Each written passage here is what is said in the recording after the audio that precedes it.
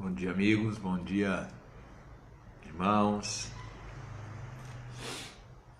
Que a graça de Deus e a sua paz sejam companheiros constantes, companheiras, paz e graça, companheiras constantes aí no seu dia a dia, nessa semana que se inicia, mais uma semana de bênçãos. Essa é a nossa oração, mais uma semana de vitórias para você e para sua família.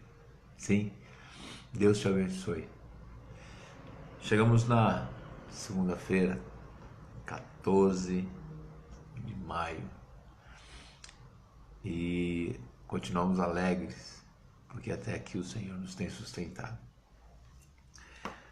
Quero só detalhar para vocês alguma coisa no sentido de informá-los. Convidei vocês durante algum tempo para uma reunião de casais, aconteceu no sábado. Quero dizer que foi muito bom. Tivemos uma reunião ali abençoada e com ensinamentos que servem e servirão muito para a nossa vida familiar, para a minha vida familiar. E se vocês não puderam ir, eu sei da dificuldade de cada um, mas eu quero deixar já de antemão alertados que teremos uma próxima. E aí, nessa próxima, você tendo condição de comparecer, tendo condição de participar, será bênção para a sua vida e para a sua casa, será uma alegria. Sim? Hoje nós vamos falar sobre o que viram na sua casa. É um tema já de uma palestra que o apóstolo Gerson Burgese fez na nossa igreja. E eu particularmente gosto muito e me chama muita atenção. Bom dia, Tony. Deus te abençoe. Semana de bênção. O que viram na sua casa? Essa palestra ela foi preparada baseado numa história que a Bíblia conta a respeito de um rei, o rei chamado Ezequias. E esse rei Ezequias foi um rei muito próspero. A história conta que ele assumiu o seu reinado e o reino vivia não um momento de prosperidade, mas um momento de dificuldade, porque o pai dele, o rei anterior, não era um rei fiel a Deus. Era um rei que permitia que houvesse idolatrias no reino, que houvesse um comportamento fora da vontade de Deus. Então esse rei, em função da permissividade do pecado do seu povo, permissividade para que o pecado do povo existisse, o seu reinado também não prosperava, não era um reinado abençoado. Ezequias fez diferente do seu pai. Ao assumir o reino, ele voltou-se para Deus. Voltou a prestar culto a Deus, e um culto que agradasse a Deus. Essa relação de culto e culto que agrada a Deus, ela tem uma grande diferença. Prestar culto é uma coisa, prestar culto que agrada a Deus é outra coisa.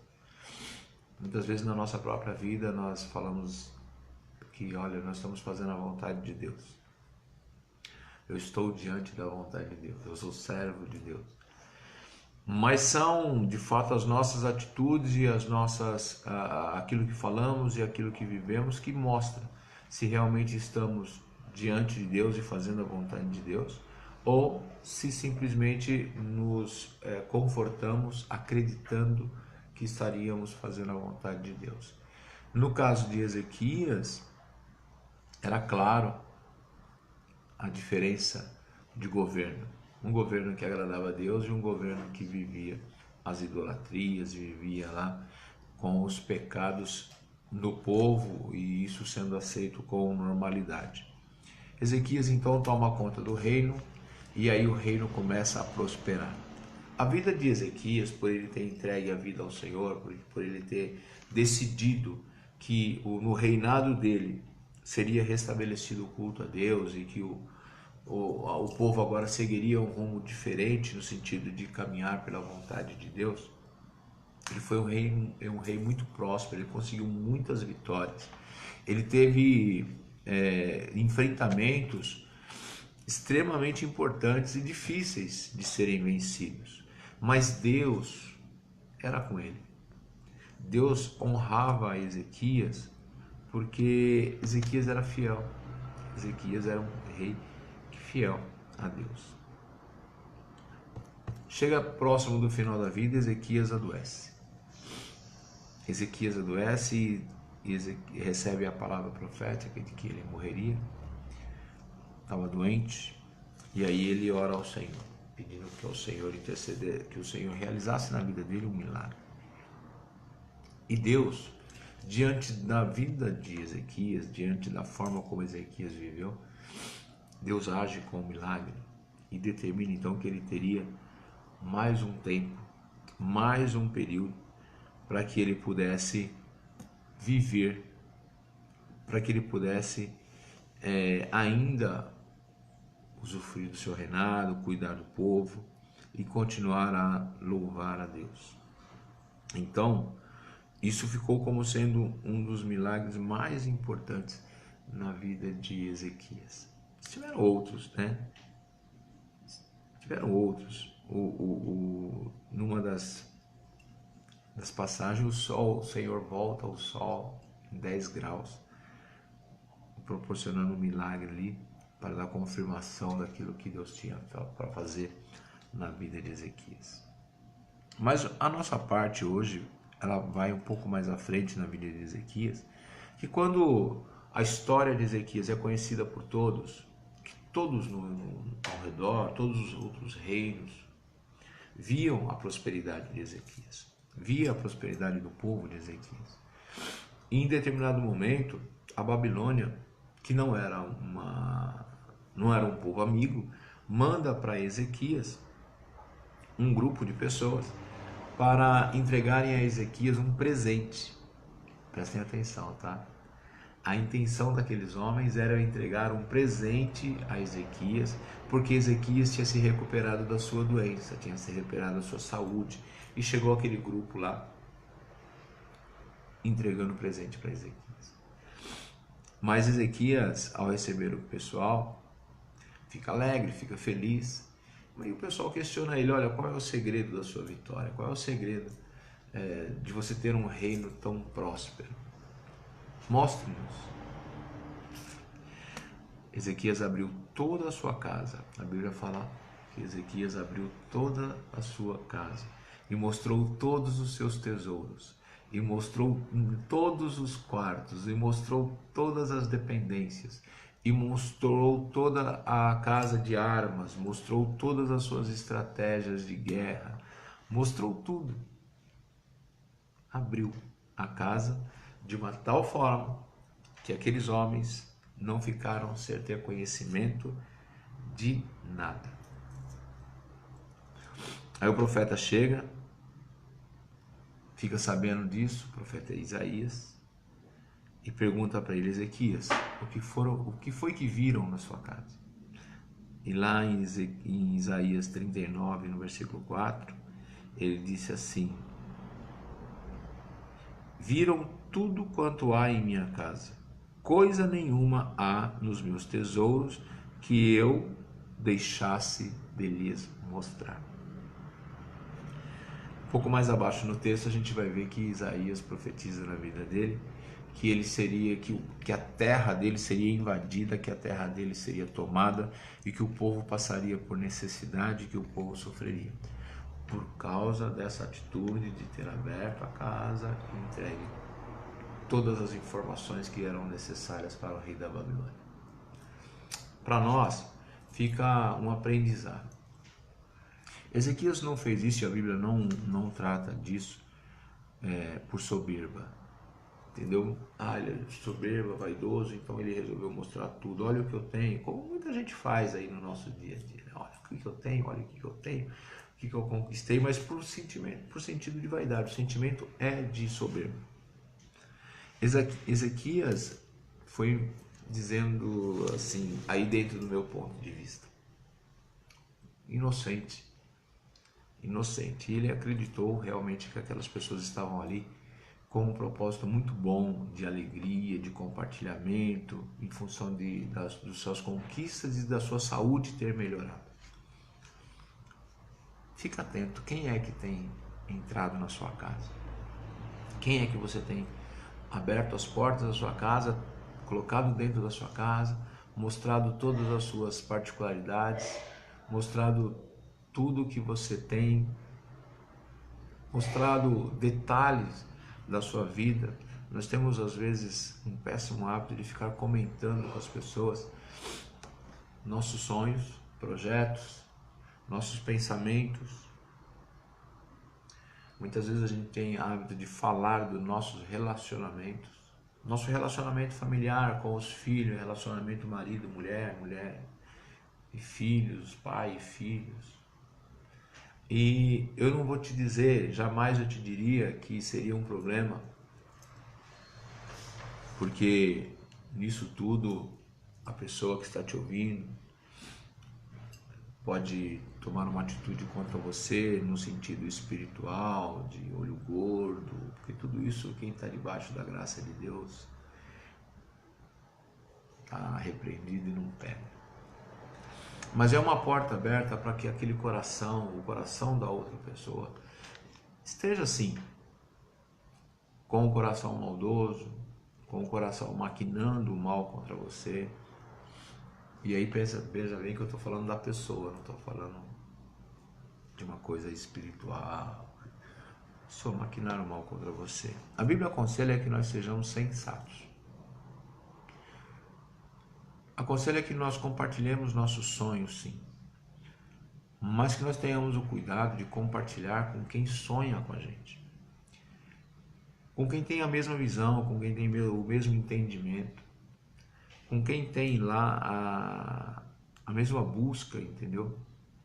Porque aí a coisa fica justa e fica adequada, e as pessoas vão, em vez de te invejarem, as pessoas vão orar por você, as pessoas vão te ajudar para que você tenha êxito. É muito triste quando você abre a sua casa para alguém e na realidade o sentimento que você provoca na outra pessoa é o da inveja.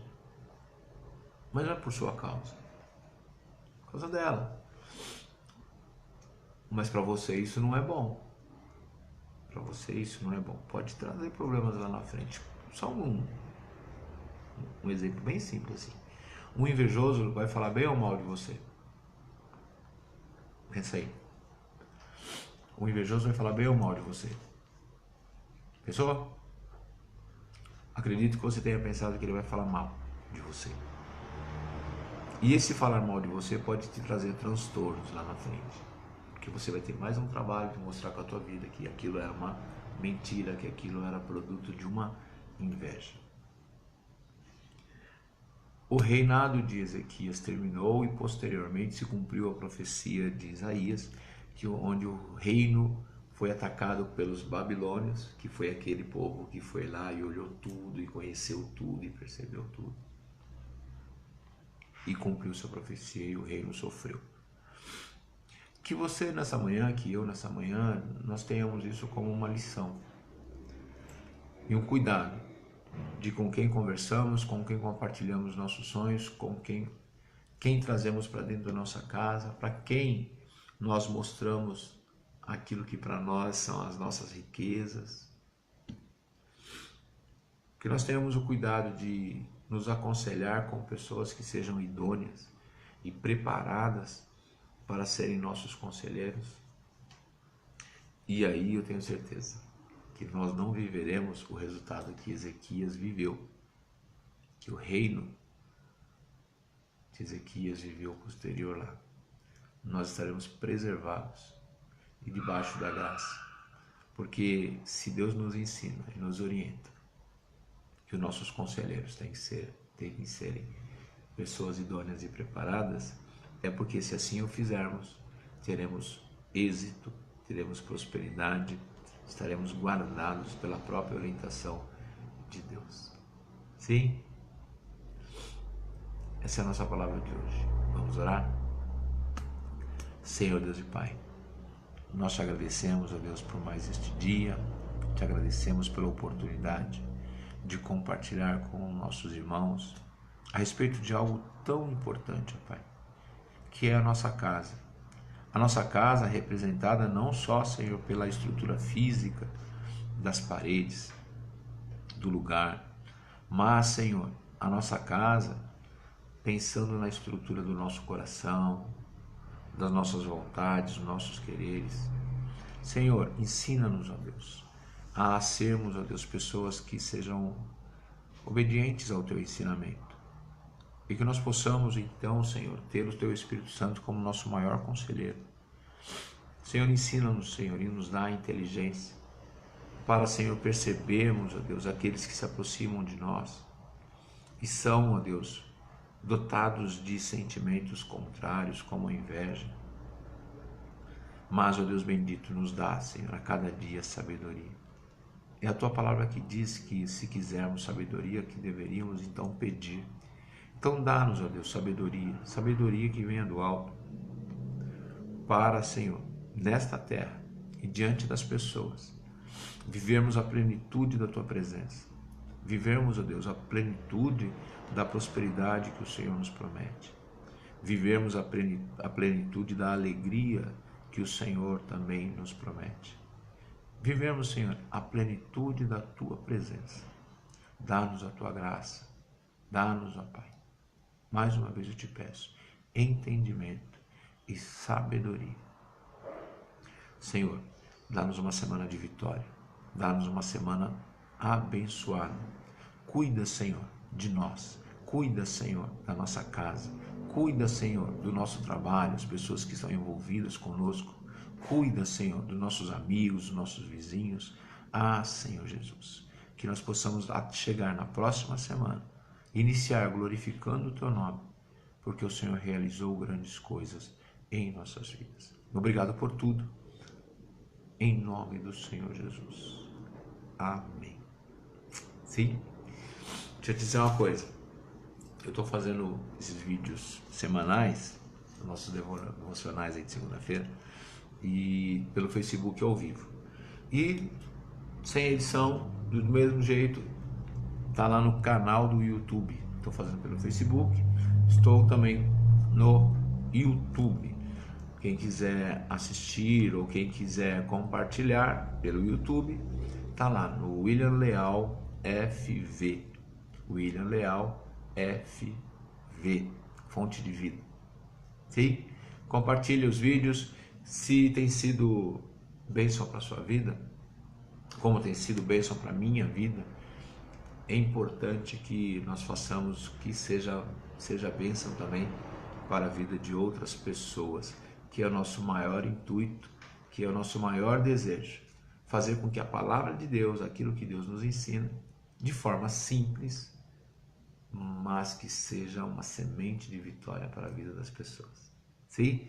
Um grande abraço, uma boa semana, fiquem com Deus. Segunda-feira que vem estaremos juntos, em nome do Senhor Jesus, porque eu creio que Ele permitirá que seja assim. Grande abraço, fiquem com Deus.